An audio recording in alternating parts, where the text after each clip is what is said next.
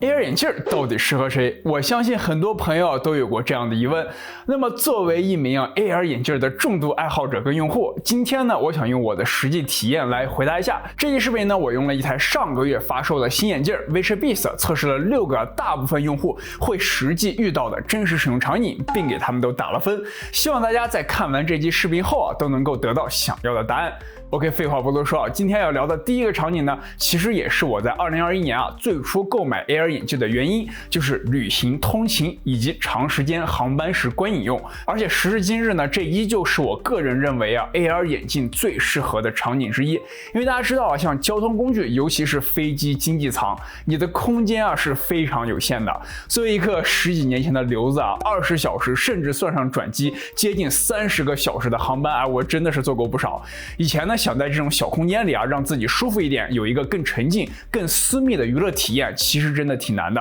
你可能有手機、有平板，有些座位前面呢還有一個小屏幕，但它們的共同問題就是都太小了。那麼這時候呢 ，AR 眼鏡的優勢就體現出来了。像 Vision Beast 呢，它本身就是一個眼鏡形態，隨身带着不會額外佔太多空間，戴起來呢也不會特別的突兀。但通過 C 口連接手機、平板或者筆記本之後，它能夠直接給我一個58度 FOV 體感接近3米處看130寸投影大小的畫面，或者更直觀點就是普通經濟艙座位上那個屏幕，同樣距離下呢大概是它的6倍的大小。再加上它的電致變色功能呢，可以在透明和接近完全遮光之間調整。這一代呢是有9檔調節，搭配眼鏡本身1250尼特的高亮度，在飛機、高鐵這種環境裡，不僅能讓畫面在強光下更清楚，也能屏蔽掉視野中大部分雜亂的環境。再搭配上降噪耳機它真的就變成了一個只屬於我的私密影院。有時候看電影看得比較投入真的會短暫忘記自己所处的空間到底是有多逼仄。但是坐久了屁股疼這事確實是沒辦法。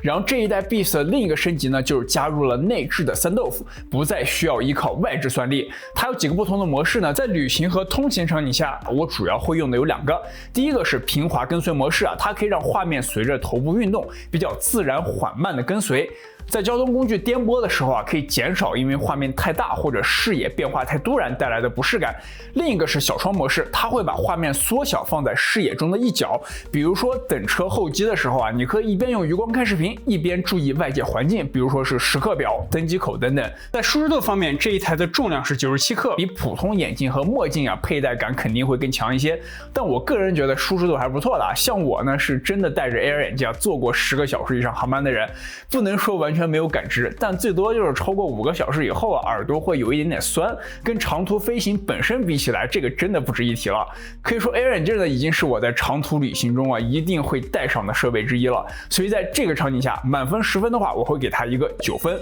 扣分的地方主要在於即使是電致變色調到最低檔，鏡片依舊會有一點暗色效果，就像是戴着一副淺色墨鏡一樣。大多數時候呢，這個問題並不明顯，但在一些特別暗的環境中比如說飛機關窗或者關燈之後如果你想看清外面，還是會稍微有點影響。所以希望下一代如果技術允許的話，可以給一個完全透明的檔位這句話我真的在無數 AR 眼鏡視頻裡說過了，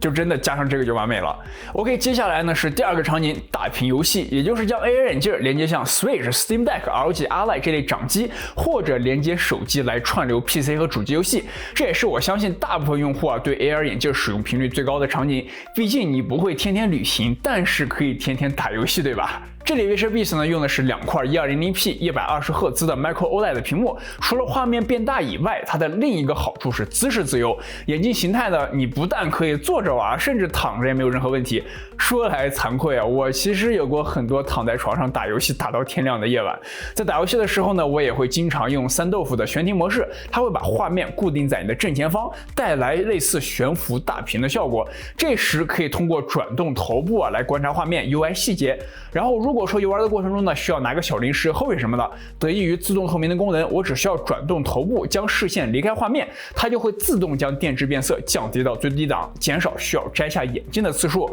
尤其對於像我這樣的高度近視用戶就不用來回換眼鏡了。然后提到近視需要視力矫正的用戶呢，则需要配一個這樣的小鏡片，安裝在眼鏡上呢就可以使用了。總體來說呢，我對於這個場景的評分為8.5分。扣分點主要是在於大部分掌機的續航本身就比較一般，在玩耗電量較大的遊戲時呢，續航會成為一個問題。所以對於只有一個 C 口的設備啊，像 Steam Deck 就需要單獨購買一個像這樣的分線器來給掌機充電，線會稍微多一些。然後是對於 Switch 與 Switch 2用戶來說呢，則需要搭配 Witcher 的魔寶物 Pro 來連接。這款設備呢，在我之前的評測中啊有過非常詳細的介紹，感興趣的朋友呢可以去看看這期視頻。最後就是Beast 它的三豆腐悬停模式呢，目前我的體驗是偶爾會有小幅度的漂移，不過這點呢在過去幾個固件已經提升很多了，大部分時候呢是不影響使用只有偶爾會需要雙擊 R 鍵來回中一下，也是期待Witcher 的軟件團隊可以早日完全解決。然後是今天的第3個場景，外出與固定場景的生產力，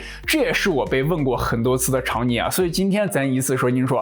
這裡呢，我會細分為2個小場景。首先是在家或者在公司使用時前提是你的公司允許使用 AR 眼鏡。通過 Beast 內置的一個32:9超寬屏模式，或者 PC Mac 端的 Spacewalker 軟件，它確實能夠實現跟物理多屏類似的顯示效果。但是呢，出於護眼以及提升沉浸感的原因，這類 AR 眼鏡的畫面實際對焦距離一般是在眼前的3到5米處。搭配 1200P 的分辨率呢，雖然在觀影跟遊戲時效果很好，很沉浸，但是如果放到文字處理、寫代碼、剪輯這類場景中，通常是需要將文字放大個50%左右才能夠比較舒適的長時間觀看。所以如果你的家中或者公司已經有成熟的物理多屏方案，并且沒有空間限制等特殊因素，那我其實是不太建議用 AR 眼鏡完全代替現有顯示器的。當然，如果說是外出出差的臨時辦公那結論就完全不一樣了。這個是我在生活中呢真的用過很多次的場景，因為我的筆記本呢一般都是在13到16寸屏幕，出門時單屏確實有點不太夠用我之前的解決方案呢是搭配了一個16寸的便攜屏，但也就是能組成一個小屏幕多屏而且便攜性較差，在小桌面或者交通工具上都無法展開。相比之下 ，AR 眼鏡呢可以在眼鏡形態下實現超寬屏或者多屏显示，不需要額外占用太多桌面空間，也不太受使用環境限制，同時還有一定的隱私優勢。在公共場合處理工作內容時呢，也不用擔心被旁邊人看到。所以在生產力這個大場景下，我會給固定使用場景打6分，而出差臨時使用則為9分，綜合一下就是7.5分。然後接下來呢，我們聊聊居家小空間娛樂這個場景。這個主要是針對像學生或者畢業後來到一個新城市工作的朋友。如果說目前是住在宿舍或者租房階段，空間有限，不太方便折騰大電視投影，又或者是更應景一點就是有了家庭後，偶爾想要自己大屏來觀看像世界杯電影，同時不想打擾到家人的情況，那麼 AR 眼鏡呢其實是一個很合理的選擇。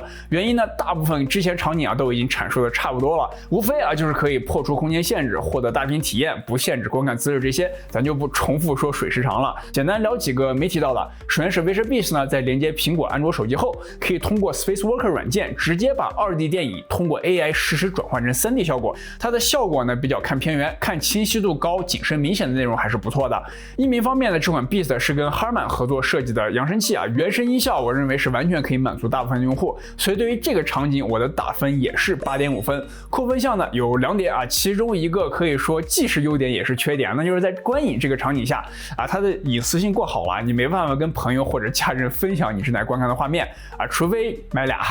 在這方面呢不如傳統的電視與投影方面。2呢就是 Witcher Beast 它不支持 HDR， 動態範圍不是同品類中最高的，但是1250尼特的亮度呢搭配電致變色依舊能夠帶來很好的畫面對比度和沉浸感。所以在小空間個人娛樂這個場景下，整體體驗呢雖然不能說是完美，但依舊是第一梯隊。OK， 咱剛剛聊的這4個場景基本應該能夠覆蓋大部分用戶在使用 AR 眼鏡時會遇到的情況，也是我比較推薦的一些場景。那麼接下來呢，我們來聊2個也是我在生活中嘗試過，但是好像不那麼合適的情況。首先就是呢，在開車或者騎車時，將 AR 眼鏡當做一個 HUD 來看速度與導航這些。像這類主打觀影跟大屏的 AR 眼鏡呢，說實話就不是那麼適合了，因為 AR 眼鏡的顯示焦距和你遠方道路現實景物的焦距一般不在同一個距離，快速移動的時候呢，有可能會帶來不適甚至眩暈感。而且如果你是開地圖 app， 那通常還要保持手機亮屏，實際用起來呢并沒有比車機或者手機支架用起來更方便。更重要的是，開車和騎車本身呢需要高度注意現實環境，所以從安全性和必要性來說我只能給這個場景打個3分不太建議大家這麼使用。當然，市面上也有一些其他類型的 AR 眼鏡是主打騎車場景的，可能會有更好的體驗，但我個人還沒有嘗試過，所以以後有機會再跟大家聊吧。另一個就是在做有氧、力量訓練之類的健身場景，看看視頻或者健身教學什麼的。作為一個健身超過10年的愛好者，這個我也不太推薦。虽然 Vision Beats 重量是97克，並不算重，但是在高強度運動的時候呢，眼鏡依舊可能會位移，再加上有線連接以及它本身也不防水如果出汗比較多，則會有掉落或者損壞的風險。所以如果你只是坐着去踩單車或者椭圓機上這種低強度固定姿勢的看点內容我覺得勉強還可以接受吧。但如果是跑步力量訓練、跳操這類動作幅度较大或者需要精神高度集中的運动那最好還是別用了。所以綜合起來呢，健身場景我給它打一個5分。那麼到這裡呢，今天的6個測試場景就全部講完了。屏幕上呢是所有场景的評分回顧，大家可以根據自己的實際期望呢來參考一下，判斷一下 Vision Beats 這類 AR 眼鏡是否符合你的使用場景。總的來說呢， AR 眼鏡應該是我近幾年來最喜歡的品類之一了，而且真的是每年都可以看到他們的明顯進步，至少是对我的居家与出行场景来說，它確實帶來了很多體驗上的提升。我也很期待未來的 AR 眼鏡們能夠更加細化，慢慢適配更多使用場景。如果大家還有其他想要了解的使用场景呢，也可以在評論區留言告訴我，我會根據我自己的測試結果在評論裡回復大家。OK， 那麼今天的內容就差不多到這裡了。如果這期視頻對你有幫助，也歡迎大家點讚、收藏、轉發，以點個關注支持一下。那麼我是菠蘿，我們下期視頻再見，拜拜。